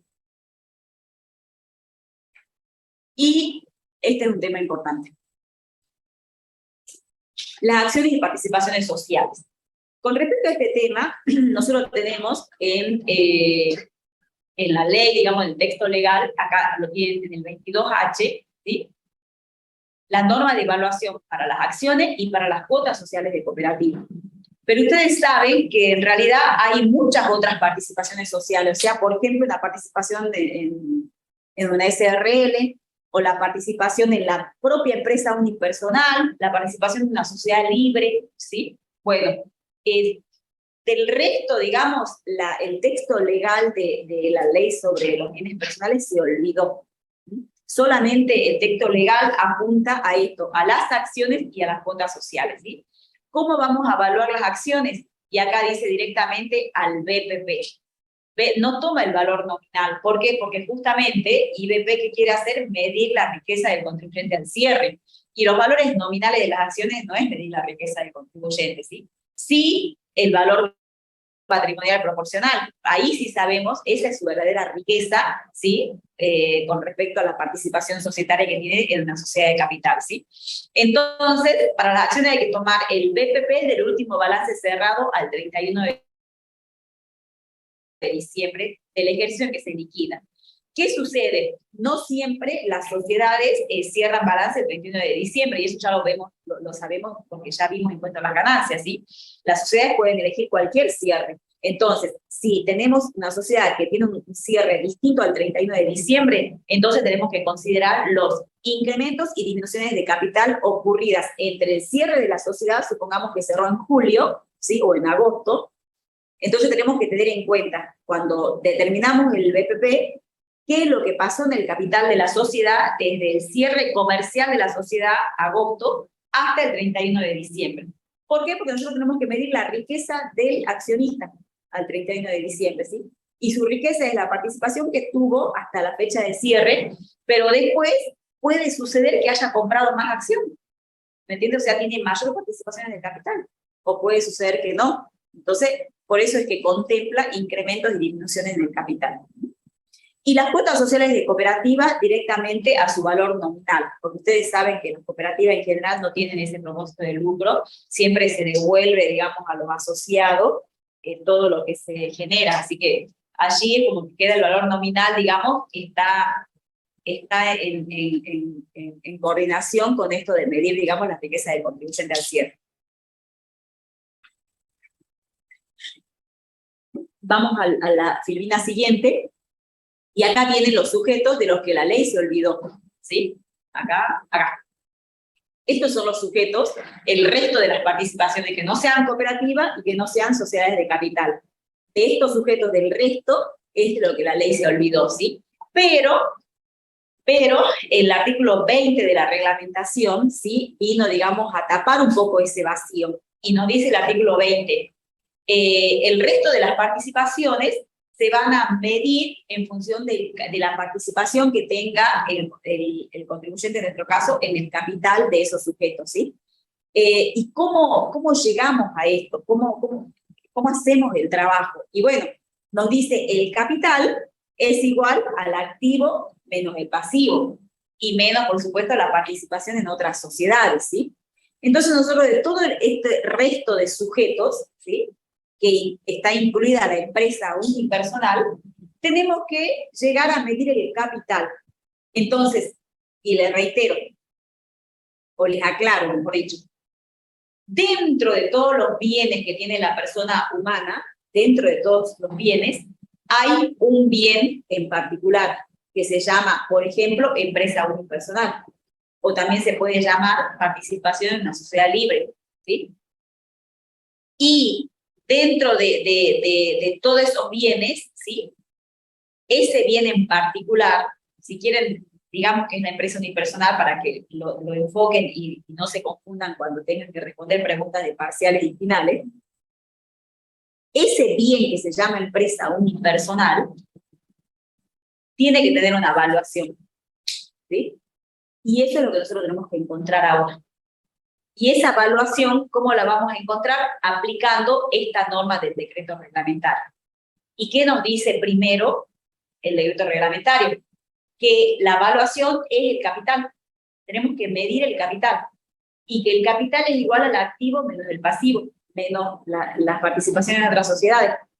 Y que al activo, nos dice la norma del decreto reglamentario, tenemos que calcularlo aplicando esto que les dije que ya se había parecido, pero acá resucita, ¿sí? Tenemos que evaluar el activo aplicando las normas que dice el impuesto a la ganancia mínima presunta, que ya no lo damos, ¿sí? Pero ¿qué tienen que hacer ustedes? Buscar solamente, así como acá se trata del artículo 22, ¿sí?, de la ley del impuesto a la ganancia mínima presunta, buscan el artículo de evaluación nada más, ¿sí? Y miran las normas de evaluación, que no hay nada raro en las normas de evaluación, son muy parecidas, digamos, a las de ganancias, ¿sí? Miran las normas de evaluación. Entonces, según la ley de impuesto a la ganancia mínima presunta, tienen que evaluar el activo. Y según lo que dice el mismo artículo del decreto reglamentario de IBP, tienen que evaluar el pasivo. Que lo único que dice es que el pasivo es igual a la deuda más las provisiones. No tiene nada raro el pasivo, ¿sí? Pero el activo sí. El activo tienen que buscar los criterios de evaluación del impuesto a la ganancia mínima presunta. Y ya les voy adelantando algo. En el activo, por ejemplo, en el capital de la empresa unipersonal, ¿qué puede haber? A ver, y supongamos que sea un restaurante o una casa que vende electrodomésticos, ¿sí? ¿Qué va a haber en el activo de la empresa unipersonal que vende electrodomésticos? Por ejemplo, bienes de cambio. Bueno, caja, banco, todo eso que ya sabemos, ¿sí? Después va a haber bienes de cambio. Y lo que me dice la ley de ganancia mínima presunta es que para evaluar los bienes de cambio use los criterios de evaluación de ganancia. ¿Estamos? Otro bien que tiene la empresa unipersonal, automotores o automóviles. ¿Qué me dice la ley de ganancia mínima presunta? Que es al valor residual actualizado. Y ahí no comparo valor tabla. ¿Estamos? A eso quería llegar. Y así también los bienes de uso, valor residual actualizado, ¿sí? Entonces, sumo el activo, resto las deudas, y ahí tengo la evaluación, ¿sí?, del capital de la empresa unipersonal. Es la evaluación de ese bien, el bien que se llama empresa unipersonal, ¿sí?, del contribuyente. Esto es lo que no tienen que confundirse, chicos, y pongan el ojo en esto, ¿sí? Busquen debe ser, no sé, una hojita, debe ser los criterios de evaluación de ganancia mínima presunta, ¿sí? Pero pongan el ojo, por ejemplo, en el tema de los automotores. Porque en general se preguntan, a ver, y lo van a ver en un caso práctico también, ¿sí? Cuando están, digamos, buscando la evaluación de la empresa unipersonal, muchos meten la pata y cuando dice criterio para evaluar el automotor, ponen valor residual actualizado versus valor tabla. No, el valor tabla es para el automóvil que está en cabeza de la persona humana, pero no es para el automóvil que está dentro de la explotación de la empresa unipersonal. Porque el automóvil que está dentro del capital de la empresa unipersonal no aplica las normas de evaluación de automóvil de IBP, aplica las normas de evaluación de automóvil de ganancia mínima presunta, que esa norma de evaluación no te hace referencia al valor tabla alguno. ¿Estamos? Bueno. Y otro tema que hay que tener en cuenta también, y esto pasa mucho, ¿sí? Cuando nosotros hacemos todo ese trabajo para encontrar, digamos, la evaluación del capital en la empresa unipersonal, que es un bien más de todos los otros bienes que tiene la persona humana, si hacemos todo este trabajo y nos damos que el pasivo es más grande que el activo, y nos va a dar negativo, bueno, no podemos trasladar ese negativo a la base imponible de IBP, porque ¿qué estarían haciendo? Estarían neutralizando la evaluación de otros bienes. Entonces, ¿qué es lo que me dice la norma del decreto reglamentario de IBP? Si cuando están haciendo este cálculo o evaluando el capital de las participaciones sociales y le da negativo, se quedan ahí. La evaluación de esa participación va a ser 0 en toda la conformación de la base imponible de IBP, ¿sí? No tienen que trasladar el negativo. ¿Estamos? Bueno, ahí tienen, acá les puse a tener en cuenta el tema de no comparar el valor residual de automóvil con el valor tabla, cuando están haciendo, digamos, la evaluación del automóvil dentro del activo de la empresa. Y tampoco disminuir la evaluación del activo por aplicación del régimen venta y reemplazo.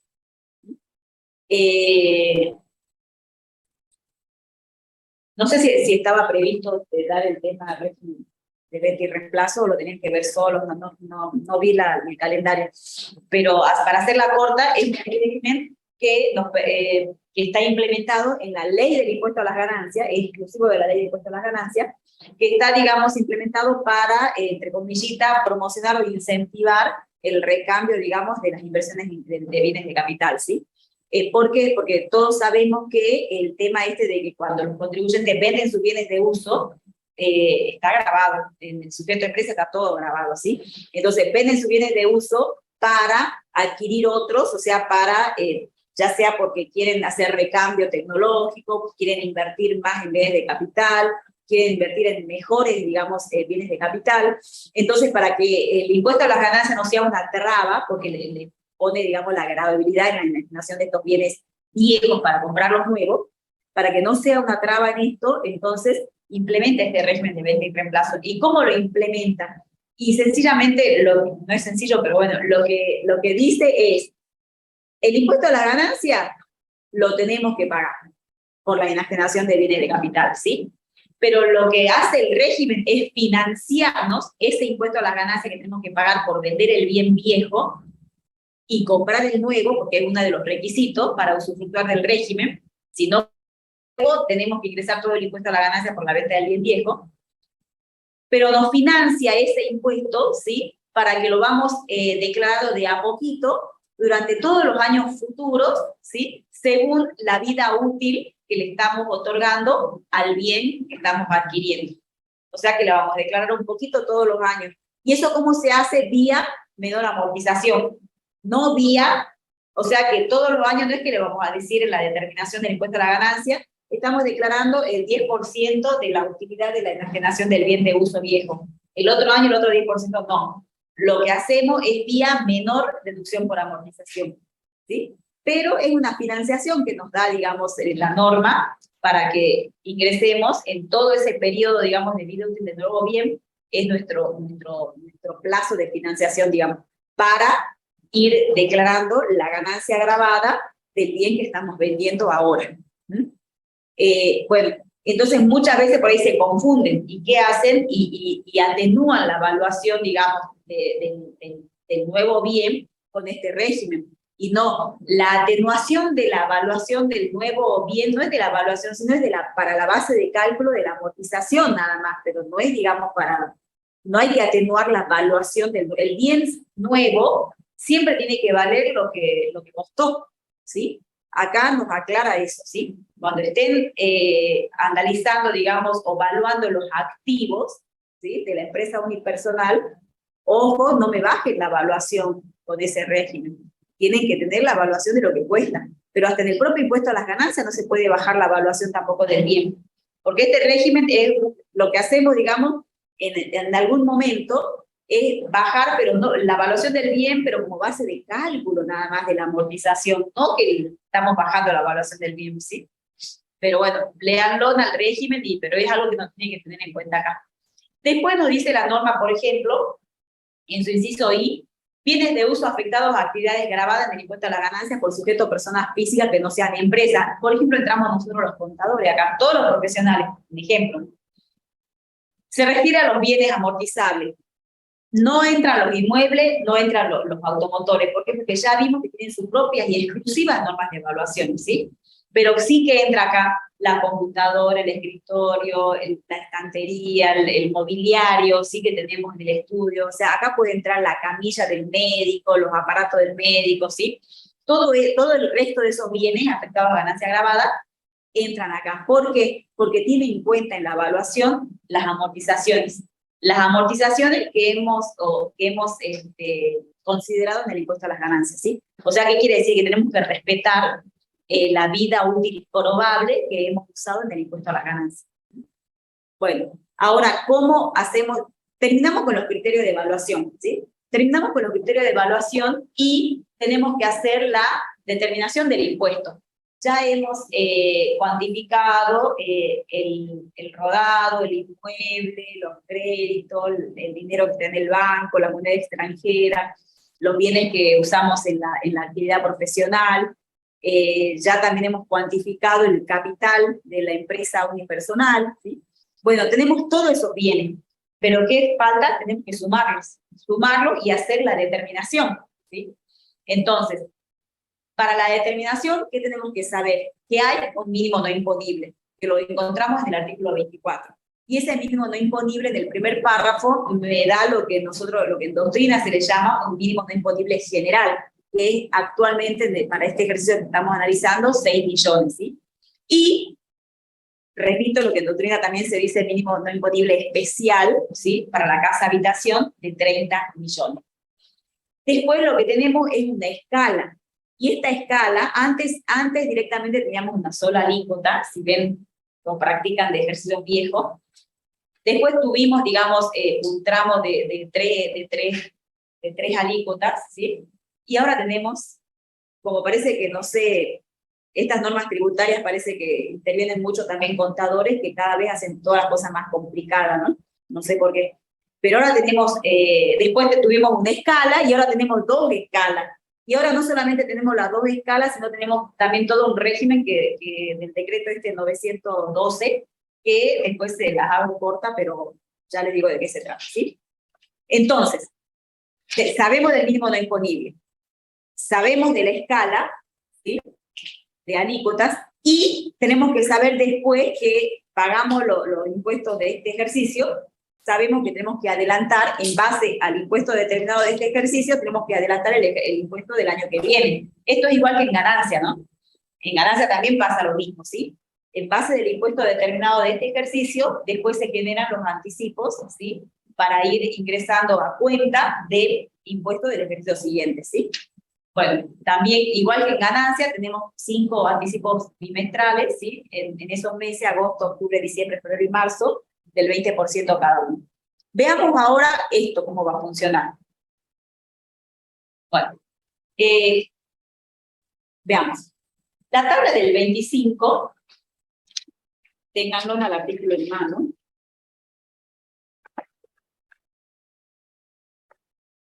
La tabla del 25, el artículo 25, la primera tabla del primer párrafo dice: el gravamen a ingresar por los contribuyentes será el que resulte de aplicar sobre el valor total de los bienes sujetos al impuesto, ¿sí?, que exceda del mínimo no imponible, del artículo 24, la siguiente escala. Y allí me dice valor total de los bienes que exceda el mínimo no imponible. Pero esta escala es aplicable en principio para los bienes del país. Para los bienes del país. Escala para bienes del país. Y acá yo voy a poner punto y coma, ¿sí? Y para los bienes del país y del exterior cuando hay repatriación de activos financieros. ¿Sí? Estaba mal. Entonces, un ejemplo, ¿sí? Un contribuyente que solamente tiene bienes del país, ¿sí? Que no tenemos bienes en ningún otro lado más que en Argentina. Aplicamos la primera escala, ¿estamos? La del primer párrafo, el 25 primer párrafo, ¿sí? Un contribuyente que tiene bienes en el país y en el exterior, ahí ya tenemos que ver, ¿sí? Si aplicamos la primera, ¿sí? O aplicamos la primera y la segunda. ¿Por qué? Porque la segunda, fíjense que la primera tiene la alícuota del 0,5 al 1,75. Y la segunda es más gravosa, arranca del 0,7 al 2,25, ¿sí? Entonces, ¿qué me dice el artículo 25 del segundo párrafo? Que la escala, esta escala, es para los bienes del exterior, ¿sí? Cuando no hay repatriación de activos financieros. Supongamos que yo tengo un inmueble del exterior en Chile. Tengo el inmueble en Chile, ¿sí? Bueno, por el inmueble en Chile, y que ya sé que lo tengo que evaluar al valor de plaza, ¿verdad? Bueno, tengo que aplicar la segunda escala. ¿Estamos? Para la segunda escala, ¿sí? Para el inmueble que tengo en Chile, ¿estamos? ¿Por qué? Porque dice que esta hay que aplicar cuando no hay repatriación de activos financieros. Yo no hice repatriación de nada. Y ustedes dirán, ¿qué es repatriación? Bueno, para que entiendan lo que es repatriación y todo el procedimiento que hay que hacer, todo eso está en el decreto 912 del 21, que lo deben tener después de la reglamentación ahí en el mismo texto legal, ¿sí? Entonces, quieren que, si no queréis aplicar la tabla más gravosa para los bienes del exterior, tenéis que repatriar. Como nosotros no repatriamos, entonces, por ese inmueble, entonces yo tengo que aplicar para los bienes del país la primera escala, y para el inmueble que tengo en Chile, la segunda escala. ¿Estamos? Ahora, si yo hago repatriación de fondos de activos financieros, y no es decir de hacer nada más, sino de cumplir con todos los requisitos que dice el decreto 912 del 21, ¿sí? Los tiempos, los plazos, los montos, los tipos de activos, ¿sí? Bueno, si yo cumplo con todo ese régimen, entonces por todos los bienes del país más los bienes del exterior, puedo aplicar la primer tabla. Estamos, ¿no? Hasta ahí clarito, ¿no? Bueno, vamos a un ejemplo. Y este ejemplo es el del caso que vamos a ver al último del consejo, ¿sí? En este caso que hicimos para el consejo este año, tenemos un total de bienes grabados en el país, que incluye bienes del hogar, por 14 millones. Tenemos bienes exentos en el país, 26 millones, y grabados en el exterior, 3 millones, ¿sí? Total, 44 millones. Acá no hay repatriación de fondos. Determinación sin repatriación de fondos. ¿Qué va a ser los casos en general, chicos? Porque hacer repatriación de fondos, lean el decreto 912, es un lío. Bueno, ¿cómo? Entonces, esta es la generalidad de los casos. ¿Cómo vamos a hacer la determinación? Primero, sabemos que sobre los bienes del país tenemos que hacer aplicación del mínimo no imponible, de los 6 millones, que nos corresponde a todos, ¿sí? Bueno, descontamos los 6 millones. Sobre la diferencia, ¿Sí? ¿Qué hacemos? Vamos y lo buscamos en la tabla del primer párrafo. ¿Cuánto nos queda ahí? 8 millones. Y los 8 millones está en el tercer tramo, ¿sí? Y el tercer tramo dice que tiene un fijo de 41.250 y el 1% sobre variable. Entonces, todo eso me da 63.000 pesos, ¿sí? Bueno, es 63.000 pesos. ¿Estamos? ¿Qué pasa? Me falta los bienes del exterior ahora, porque los exentos no tributamos sobre los exentos, ¿sí? Entonces, vamos a los bienes del exterior, los 3 millones. ¿Cómo hacemos la determinación del IBP sobre los 3 millones? Primero, me dice la norma que tengo que sumar el valor de los bienes del país y del exterior, de todo lo que tengo, chicos, del país, del exterior, exento, grabado, no computable, como quieran llamarlo. Tengo que sumar todos los bienes que tengo. ¿Cuánto suman todos los bienes que tengo? 44 millones. 44 millones. Y eso es lo que tengo que ir a ubicar en la segunda tabla, que es aplicable para los bienes del exterior. Y esto es lo que la hace más gravosa la tabla. No lo hace tan gravosa que tenga una alícuota más alta, sino que la hace más gravosa aún es que para ubicarme en la tabla tenga que considerar 44 millones cuando yo solamente tengo en el exterior 3 millones. ¿Me entienden? Bueno, vamos a ubicar los 44 millones. Fíjense que me manda al último tramo de la tabla, a la alícuota más alta, al 2 no sé cuánto por ciento, ¿sí? Bueno, entonces, esto hago solamente para conocer la alícuota, ¿sí?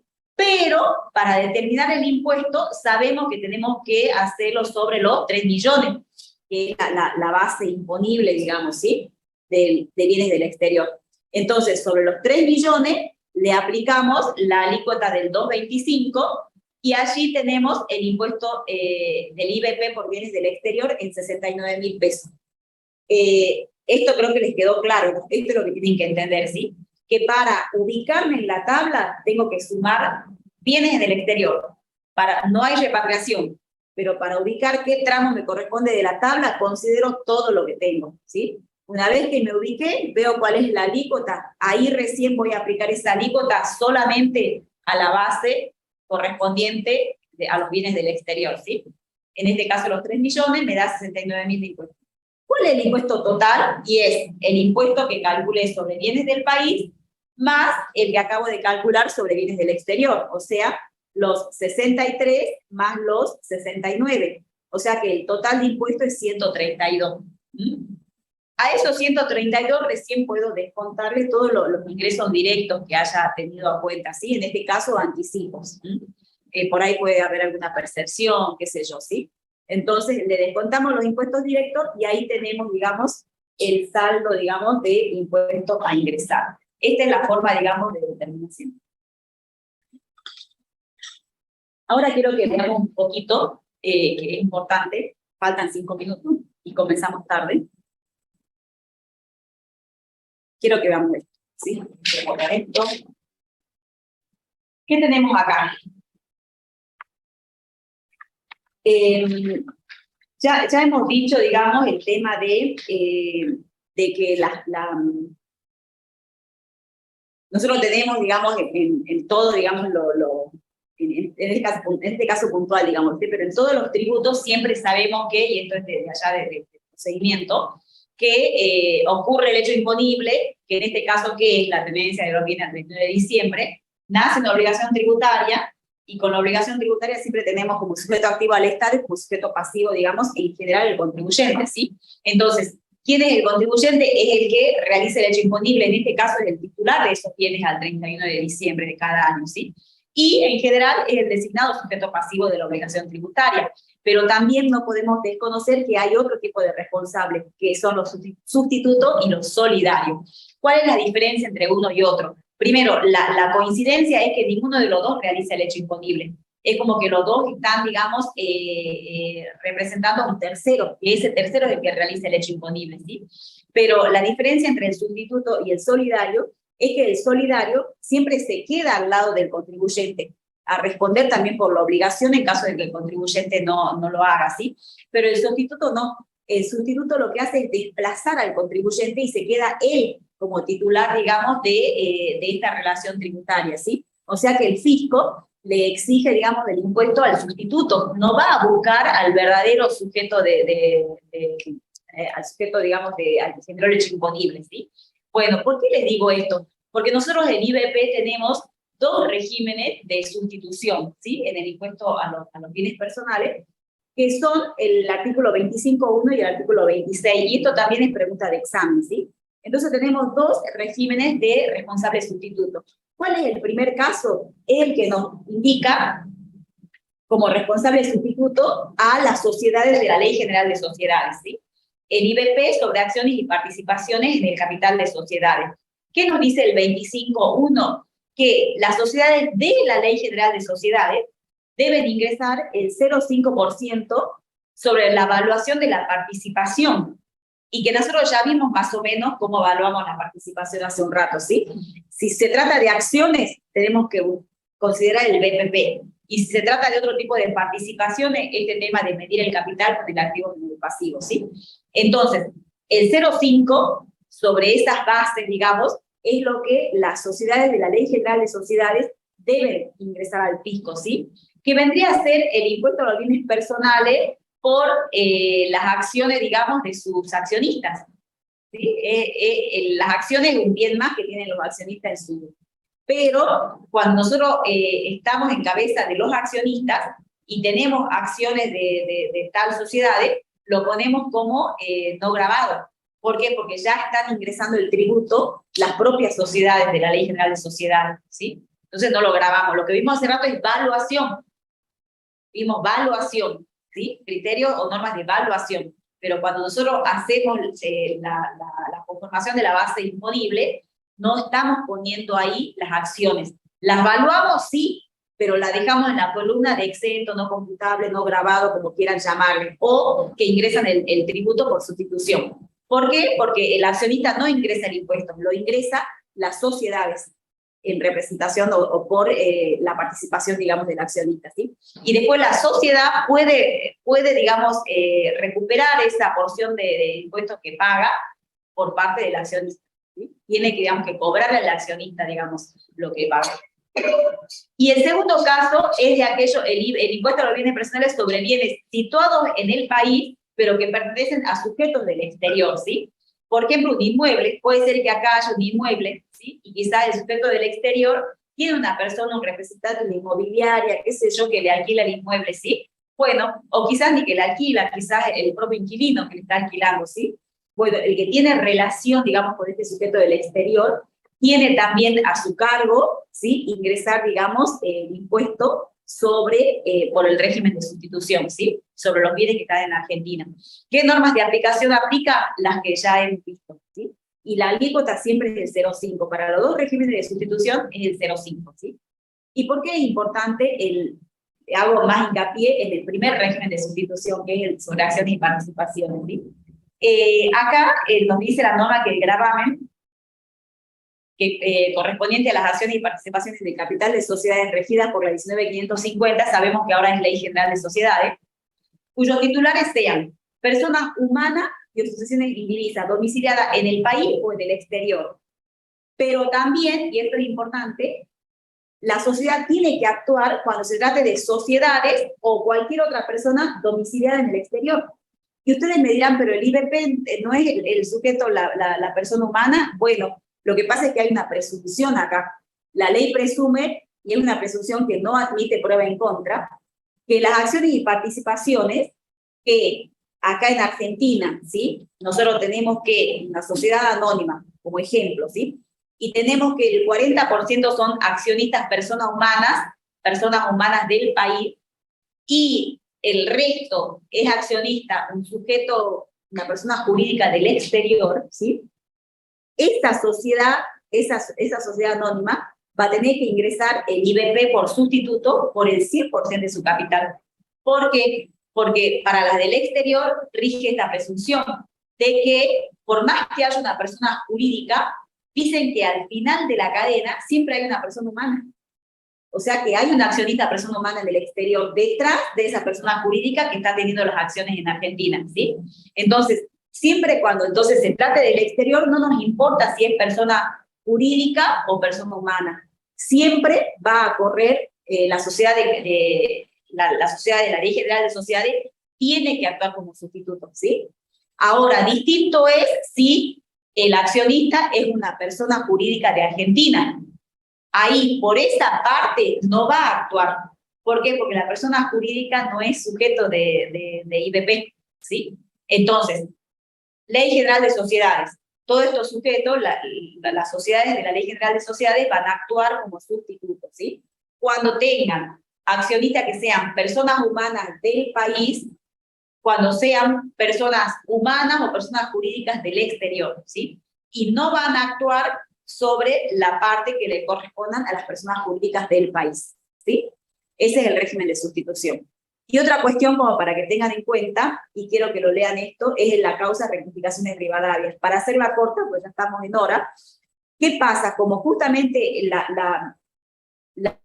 sujeto esto de la Ley General de Sociedades, tienen, digamos, o son sujetos pasivos de esta obligación de IBP sustituto, entonces lo que hizo rectificaciones Rivadavia allá por el 2011 es, tenía un saldo a favor en su declaración jurada de IVA, de libre disponibilidad, y lo que hizo, como es de libre disponibilidad, compensó, pagó con ese saldo a favor de IVA de libre disponibilidad, pagó el IBP sustituto, y comenzó una discusión que llegó a la Corte, ¿sí?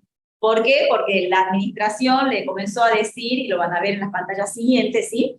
Que en realidad cuando el régimen que permite la compensación de los saldos, dice contribuyente y responsable, dice que cuando dice responsable no se refiere a este tipo de responsabilidad, ¿viste? Que no hay una identidad de sujeto activo y pasivo, toda una cuestión.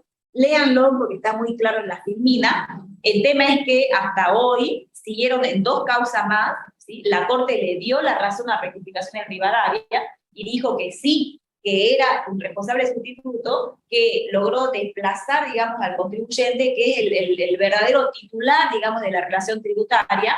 Entonces podía realizar esta compensación porque los 2 saldos son de él, la deuda por IBP sustituto y el crédito de libre disponibilidad de IVA. Bueno, hasta el día de hoy la administración sigue insistiendo en la falta de identidad con respecto a este tema. Véanlo, tenemos 2 causas más y estamos, digamos, a hoy que hizo la administración, reformó esta famosa resolución, ¿sí? Donde admitía, digamos, las compensaciones, reformó esta resolución sacando o aclarando el tema del responsable. Pero es una resolución, tenemos un fallo de la Corte, ¿sí? Donde sí admite la compensación. Después hay fallos de Cámara también. Hay tres causas que lo pueden ver, ¿sí? Bueno, eso lo leen solitos, no van a tener problema. Y creo que, y allí terminamos, ¿sí? Es importante que vean, digamos, o estudien este tributo, siempre recordando lo que hicieron en el impuesto a la ganancia, ¿sí? Y comparando, recordando y comparando, ¿sí? Porque así, digamos, la forma, digamos, en que después van a trabajar en la práctica también, porque en la práctica ustedes van a tener que hacer a sus clientes tanto el asesoramiento de ganancias como el de IBP, y los 2 son impuestos de periodo, los 2 trabajan de forma conjunta, ¿sí? Así que es, digamos, ya un paso para el ejercicio profesional, ¿sí? Así que, bueno, estamos en contacto, terminamos, y hasta la próxima. Voy a ver el parcial, bueno, esperen la nota ya bastante.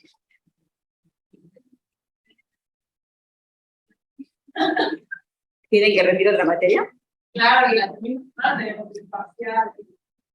Necesitamos saber la nota para ver después. Sí, pero vamos a dedicar a cada materia.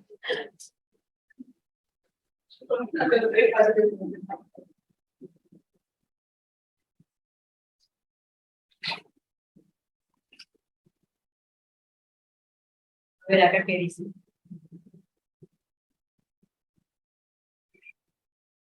Bueno, tengo que subir a la... ¿Cómo sabe cómo GTP será el parcial? Me parece que cómo será el parcial directamente. Bueno, tienen que estudiar todo, chicos.